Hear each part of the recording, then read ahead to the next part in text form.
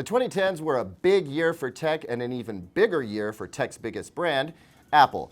The company had some wins and losses, many of which helped shape the decade in technology. So here's a look back at how the decade treated Apple. First, let's start with the wins, even though I think we all know fails are a little bit more fun. I'm going to go with the Apple Watch as one of Apple's biggest wins in the decade. It got the smartwatch right out of the gate, and today it's still considered the best smartwatch you can buy. From design to functionality, the Apple Watch rules them all, just like our next Apple winner, the iPad. The first Apple iPad came out in 2010, and for the first time, people cared about tablets.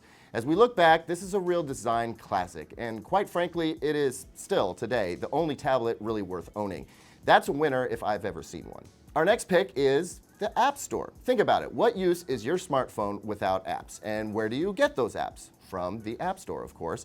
It seems obvious now, but Apple built it, and now we take it for granted. Apple's standards around who can have an app on its App Store may seem heavy-handedly closed and possibly even unfair in some cases, but there's an argument that the apps are at least a little more secure for it. And finally, the iPhone X. The iPhone X broke a design, materials, and software lull and reinvigorated the iPhone's allure, setting the stage for the iPhone 11 and 11 Pro, which are legitimately competitive phones right now. If Apple was stuck being a fast follower and lagging behind in innovation before the iPhone X, that phone brought the company back, and that's a win for sure. Now, no company can always be winning. Losses will happen, and Apple had a few of those this past decade as well. Let's start with something that caught us all off guard here at Digital Trends. Apple hailed the death of the headphone jack as a brave move, which really riled folks up, myself included. The design change alienated a lot of people who weren't interested in getting wireless headphones, and were not thrilled about the idea of having to use a dongle to get their wired headphones connected. Apple wasn't the first to do this, but they were the biggest brand to have made the move. And in the end, some consumers lost, while wireless headphones got a big win. Next up, antennagate. You remember this? The iPhone 4 came out, smashed sales records, and then people started having problems with dropped calls. The issue was that the phone's antenna had been moved to an area with such a small gap of exposure that users could cover it when the phone was held in their left hand.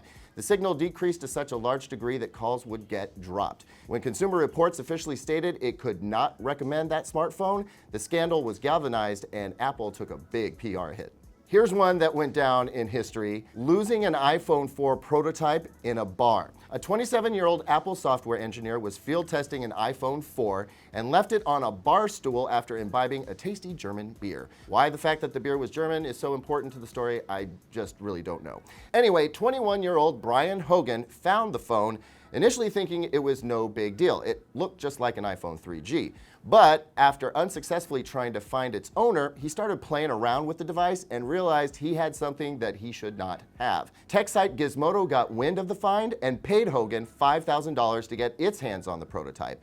The resulting story went viral and got millions of page views and goes down in history as one of the worst leaks ever. The years between the iPhone 6 and the iPhone X, while not exactly a fail, Apple still sold tons of iPhones, most would agree this was a rough time for Apple's most popular product. The iPhone didn't see much in terms of design improvements, and each new version felt like not a huge step up from the prior version.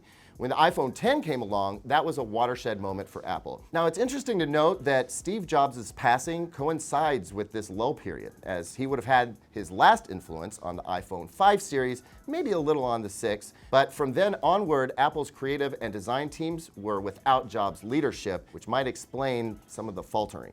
That's 4 times Apple won the decade, and 4 times not so much. And I think it'll be interesting looking forward to see what Apple has in store for the next 10 years. Hey everybody, thanks for watching. If you like this video, be sure to hit that like button, subscribe, press that notification bell so you know when we're coming out with a new video. And as always, visit digitaltrends.com for the latest tech news and reviews.